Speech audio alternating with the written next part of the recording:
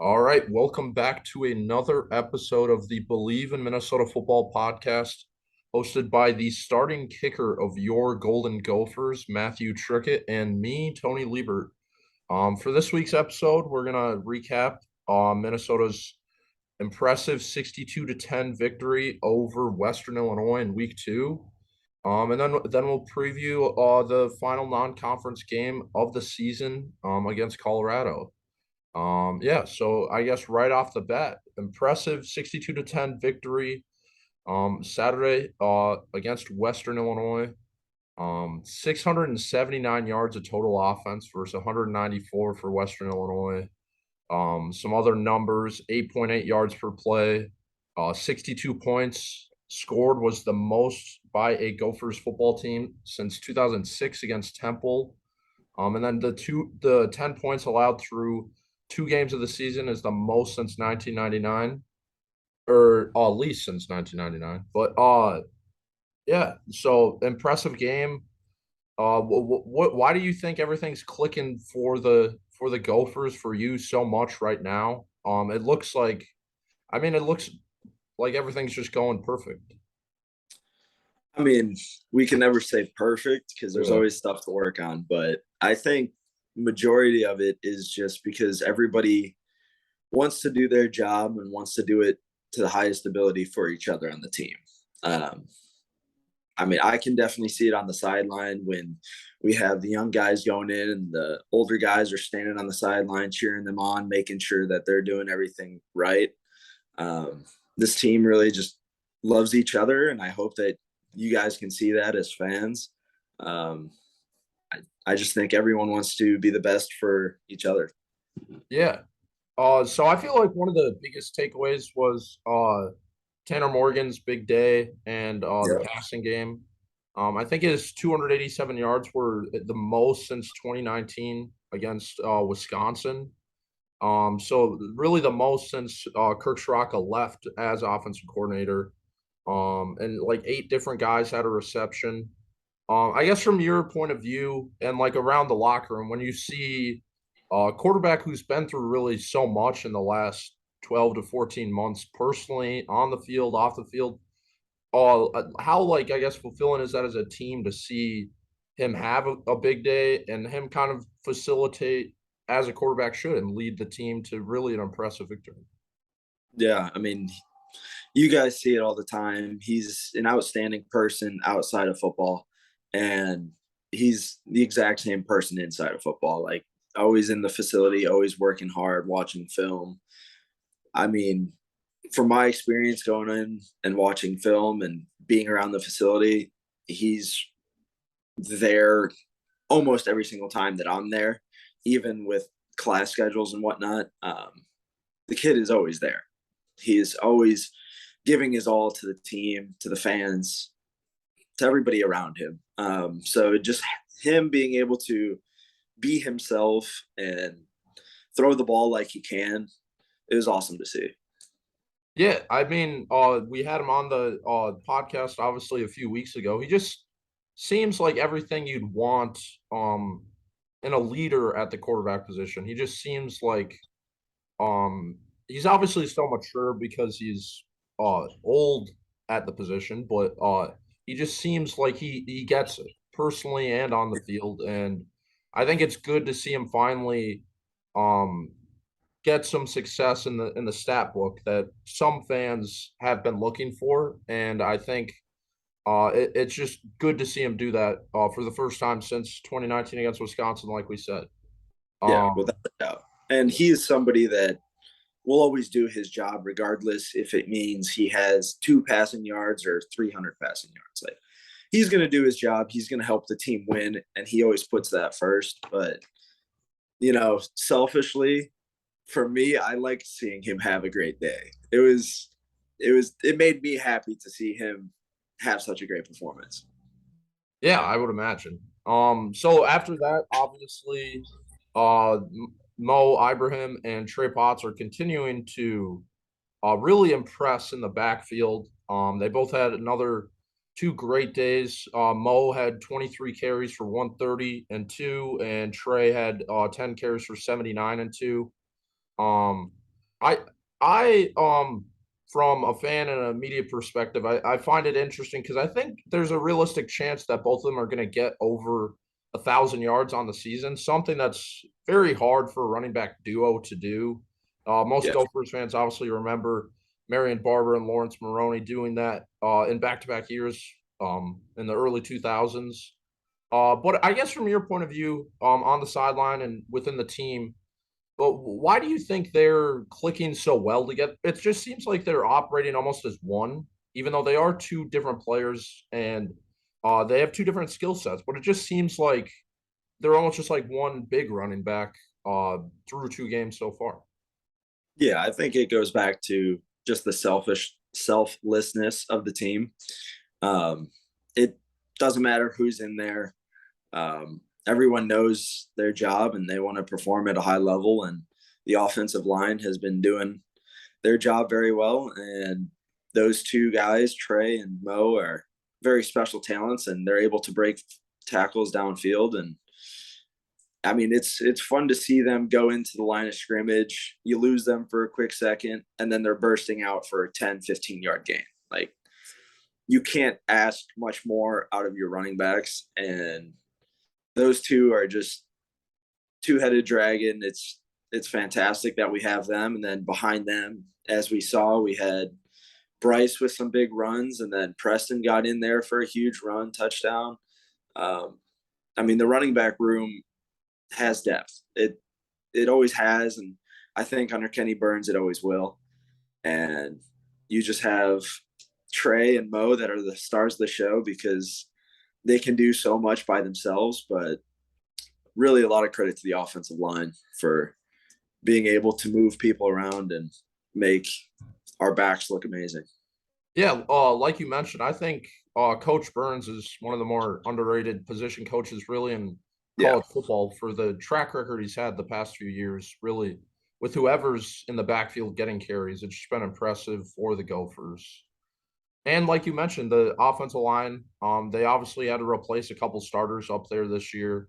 It just seems like everyone's meshing and everyone's just on the offense and on the team as a whole. It seems like everyone's a leader almost. Like some teams you can point out, you'll be like, oh, that guy's the leader of the defense, that guy's the leader of the offense. But it just seems like everyone, like you said, is just knows their role and they've just been executing so far. Yep. I mean, this too is kind of the ideal start to the season. We have two teams in the beginning that aren't quite at the same uh, playing field as us, and we knew that coming in, and we knew we had to dominate these teams and really just stick to our own game plan and execute the best that we can, because you're not going to rely on the team across from you to dictate the pace of the game or anything like that. So we knew coming into these first two games, we had to dominate, we had to do our job and just focus on ourselves. We're going to keep that same mentality every week, but being able to do that 2 weeks in a row shows a lot about the coaching staff and the players that we have this year and how focused we really are. So that's something that I really love. Really love to see that out of our team. Yeah. Back to I guess Mo and Trey. Was there a point because they were both coming off pretty serious injuries last season. Yeah. Was there a point, I guess, in the spring practice or in the fall practice, where you just kind of you knew that they were like all the way back, or even just in practice as a whole, did you kind of see that they were going to be kind of themselves from years in the past? You're like, the injury's not bothering them, and like they're going to be one of the best duos in the country. Um, I mean, there's always glimpses of it, but I don't think anybody truly knew what we were going to have with them. Um, I mean, it's a new year, and you can't count on anything in the past.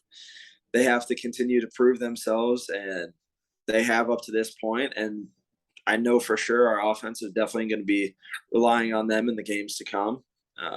But we never truly knew. We always want them to be back and need them to be back, honestly. But they make the decision every single day to be who they are and to strain that extra 10% so we can get everything out of them. But they're just amazing people. So it pays Yeah, off. yeah. And yeah, just by the numbers a little bit for the fans listening. Uh, Mo is now just under 1,300 yards behind Daryl Thompson's program record for rushing yard total. So he would need to average about 114 yards per game. If you include the 11 left on the schedule or the 10 left on the schedule plus the bowl game. And he's now only 3 touchdowns behind Thompson's program record of 40. And then, like I mentioned, Potts and Mo are realistically have a chance to get over 1,000 yards, and Trey Potts would have to average around 85 per game the rest of the year with those 11 games. So it's definitely going to be interesting to watch that the rest of the year. Then the other big performer on offense was probably Chris Ottman-Bell. He had 100 yards for the first time since against Iowa last season. Fifth time of his career going over 100 yards. Just another one of those guys on offense. It just seemed like if you had to predict almost a ideal day offensively with the running game, with the passing game, with the offensive line, the tight ends, it kind of just seemed like everything was clicking. Yeah. Yeah. And, like I said earlier with Tanner, he just wants to do his job and help our team win. So I know for the fans and for the media, it's fantastic to have record breakers on your team. It really is able to promote our team a lot better. But I know in Trey and Mo's head, they're not thinking about that. I know they've probably seen it on Twitter or wherever it may be, but that's truly the special thing about this team is they're not thinking about that. The offensive line's not thinking about that. The coaches aren't thinking about that. It's a byproduct of the work that we're putting in every day. If it happens, fantastic. We've done our job well. But if not, and we just win all of our games, nobody's going to be disappointed. They might look back and say, "Oh, that would have been cool to have," but I mean, going 12-0, nobody's going to be upset. Yeah, I hope the fans aren't upset either. Yeah, winning solves any issues, I think. Yeah. Special teams obviously had another big day. You were now 3 for 3 on field goals, 13 for 13 on extra points for the year. And I guess Mark Crawford only punted for the second time all year, and obviously that's a positive for the team. But I guess from my point of view and your point of view, because you're obviously close with him and you're always talking on the sidelines because he's the holder on field goals as well. Does he kind of, what is it boring for him to only punt once a game? Or kind of how does that work from someone that wouldn't know? I mean, I would assume, yeah, it could be boring, especially when both punts are last 4 minutes in the fourth quarter. Yeah. Because we get out there early, 2 hours before the game time and start warming up. So if you look at an 11 o'clock game or 11 o'clock kickoff, we're out there at 9 a.m. starting to warm up, starting to kick. And you look at the end of the game right around 2:30. That's when he takes his first kick in the game. From 9 a.m. to 2:30, that's what, 5.5 hours. So he has to stay ready to perform at his best for 5.5 hours for one kick. Like, it's asking a lot out of your body, and mentally, I'm sure it can get very boring. But I mean, he's a professional, and he's really a great leader. So he will keep me locked in during the games every single time he's out there holding. We do our little handshake and whatnot to kind of mentally get prepared. And we just have to treat every rep as its own rep. And I mean, that's been a huge emphasis for me this off season. And even during the season, I missed 2 extra points last year, and that's extremely unlike me. So I took the mindset of make every extra point like it's a 50-yard field goal. So every single one, I'm aiming straight down the middle, great height, great power, and really just trying to take each rep and make it my best rep. If, I miss a field goal during the game, I'm going to make the extra point like I would have made that field goal. So he's taking the same exact approach, and it doesn't matter the situation or how late in the game. He's going out there to perform his best. And I mean, he had a great sky punt in the first game and another great punt in this next one. And those are timing wise two very difficult things to do. But I mean, on the sideline, he's keeping me and Brady and Dragon locked in, make sure we do our jobs well, on top of him, hitting some balls into the net to stay warm. But I mean, a lot of it's mental, and I think that's something that he's really dominating so far this year, and we hope to continue. Yeah, because that's one of those things where you go into the game preparing to obviously punt more than once, but the less Yeah. that he's punting means the better the team's doing, and Yeah. the less field goals you have to kick and the more extra points means the better that the team's doing. So that's always Yeah. an interesting aspect for the specialist, I would imagine. Oh, yeah. And we know that we want our offense to score as many points as possible. I mean, in front of the whole team and before the season, I'm like, hey, if I only kick extra points this year, fine by me. Like, let's score some points. Let's run up the score. Let's win some games. Like, that's fantastic. And I know Crawford is in the same boat. If he doesn't have to punt at all, fantastic. Yeah. Makes our jobs a lot easier and means our team's doing well. So, Yeah. I kind of feel like the last real storyline from the offense was kind of all of the young players getting some run at the end of the game. Like you mentioned, Preston Jelen had a big touchdown run, and Ethan Kaliakmanis and Cole Kramer both got run at quarterback. I know Preston Jelen's kind of been through a lot in the last few years. He obviously earned a scholarship a few seasons ago, and he was out all of last year for injury.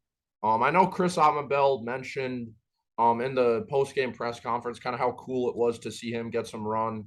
I guess on the sideline and really the team, uh, how exciting is it to see guys like that you see working in practice, but us fans might not see in the game, finally get some recognition and some play time?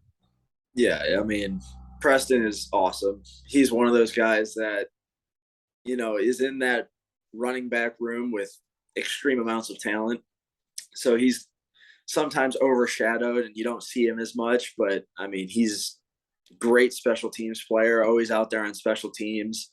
And when he got the ball in his hands and, we're all watching from the sideline, and that one defender coming across his face with about 5 yards left to the end zone, everybody knew he was not going to go out of bounds with that. He was going to run straight through that guy's chest. And that's exactly what he did. And that's just kind of who he is.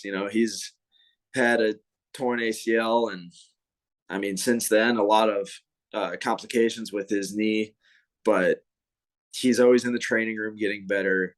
And he's not doing it so that he can have runs like that. He's doing it so, he can help us win games, because while he may get a few reps at running back here and there, he's a huge guy for us on special teams.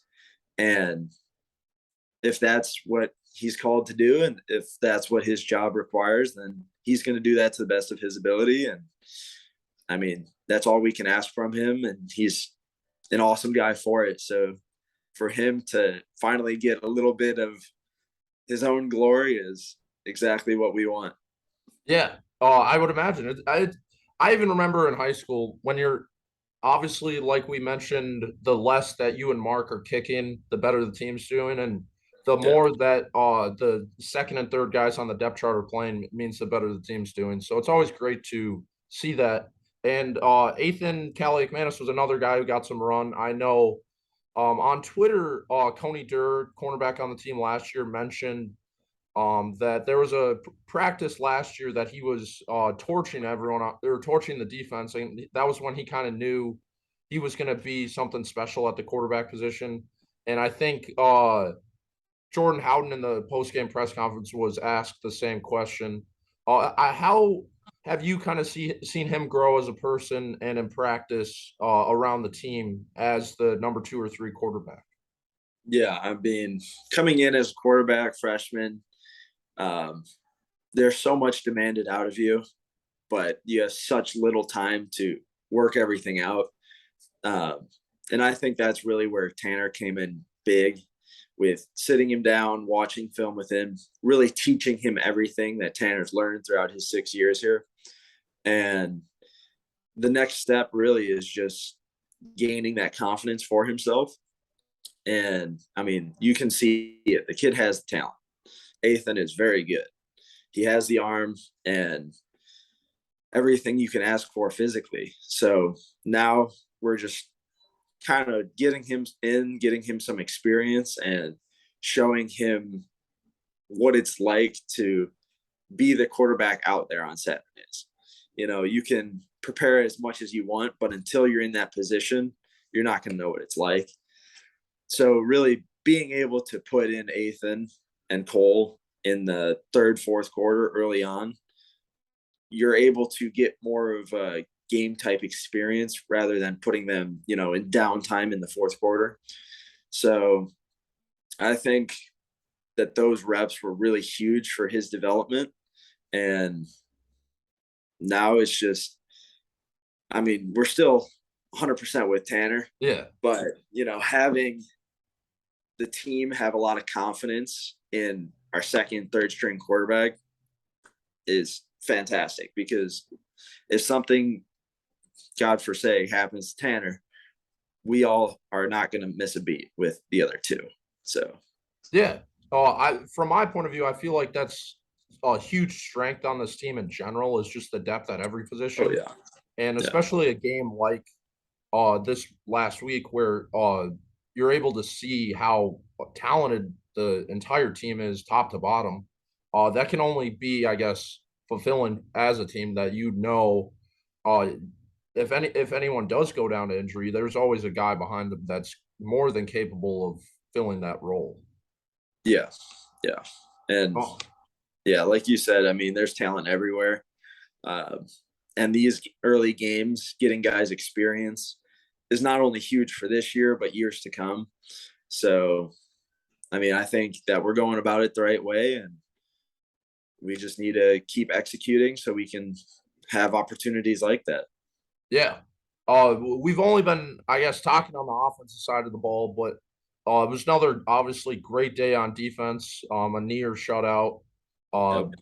except for a fluke field goal, kind of in a late touchdown. But it really seems like we've kind of been talking about that. All you guys know your role on the team, and there's no big personalities on this team, at least from my point of view, that are kind of saying like, oh, I need my playing time, I need these catches, I need that. And I feel like on the defense especially, it really looks like there's 11 leaders on the field at the same time, and they're all working together so well.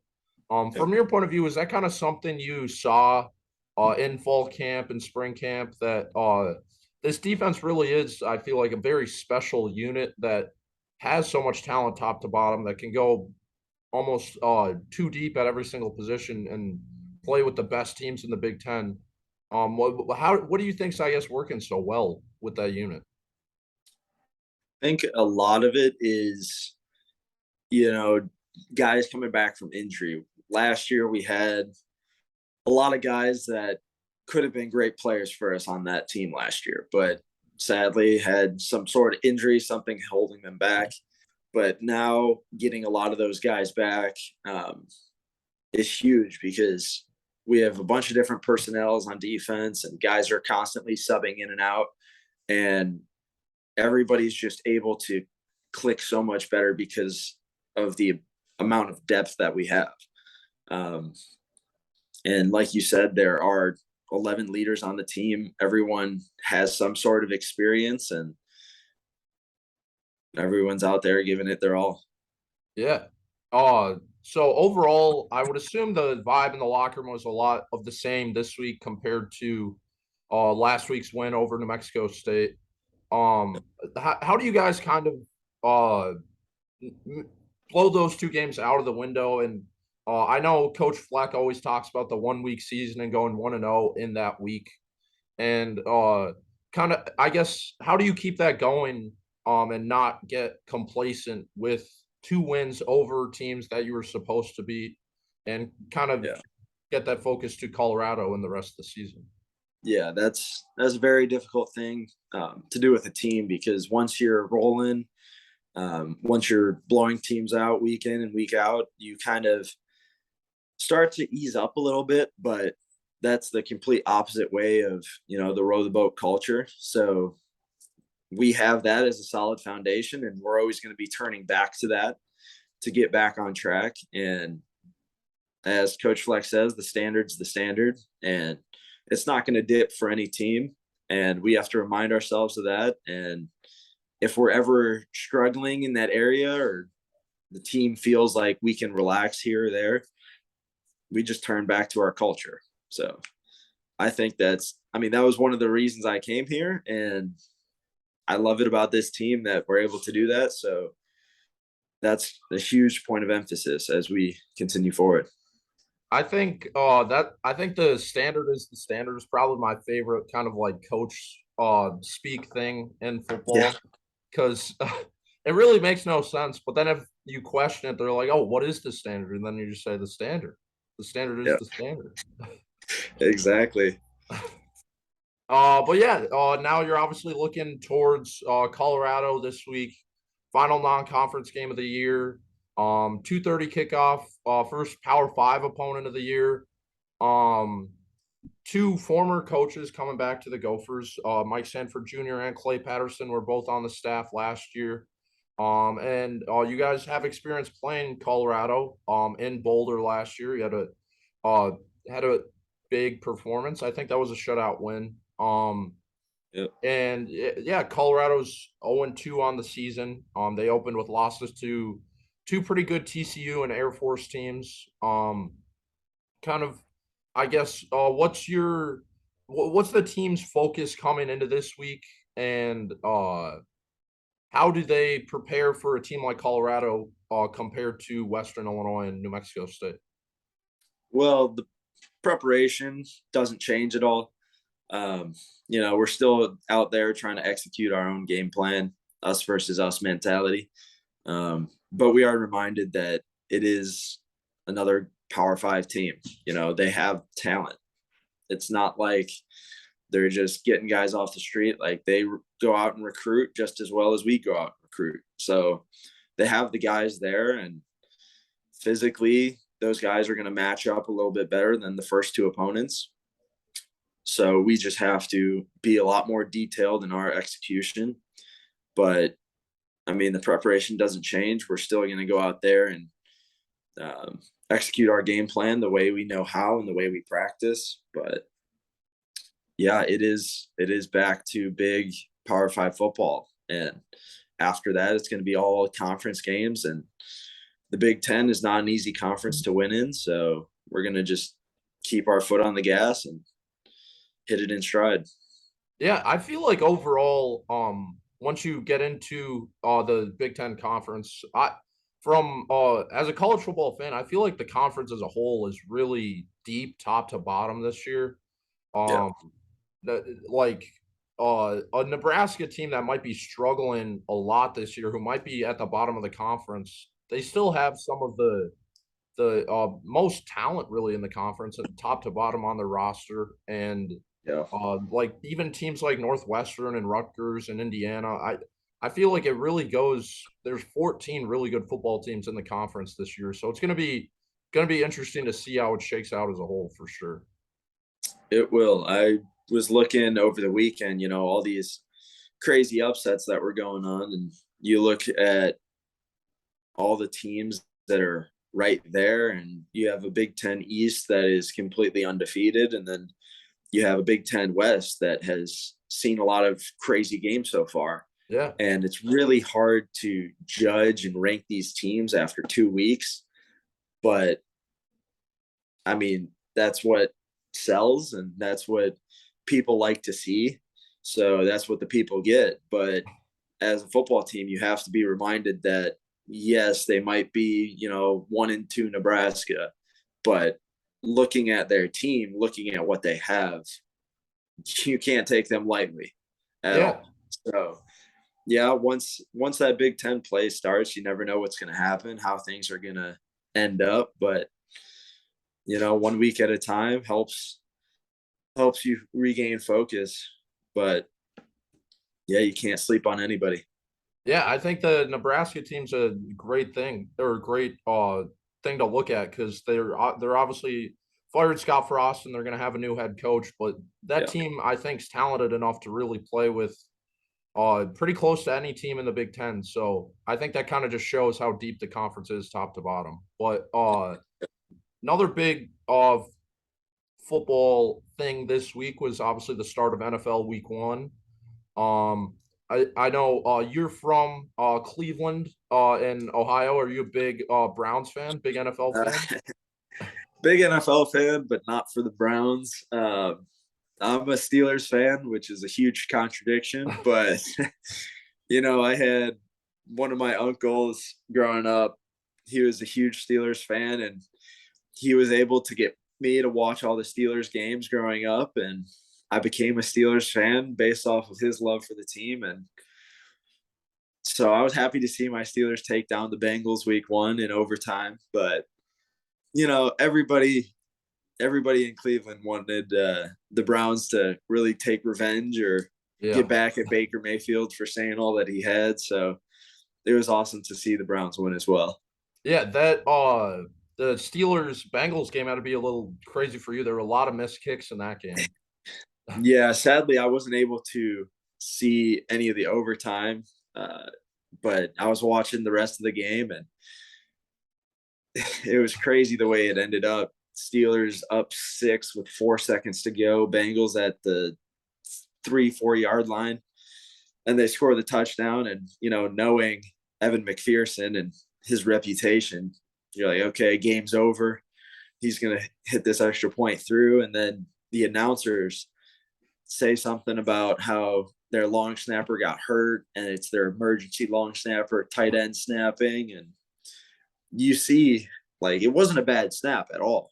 Yeah, It was just a little bit slower than what it typically would be. And that allowed Minka Fitzpatrick to get through and block the kick, send it to overtime, which is very telling because, long snappers are never in the picture. No one ever knows their no. name.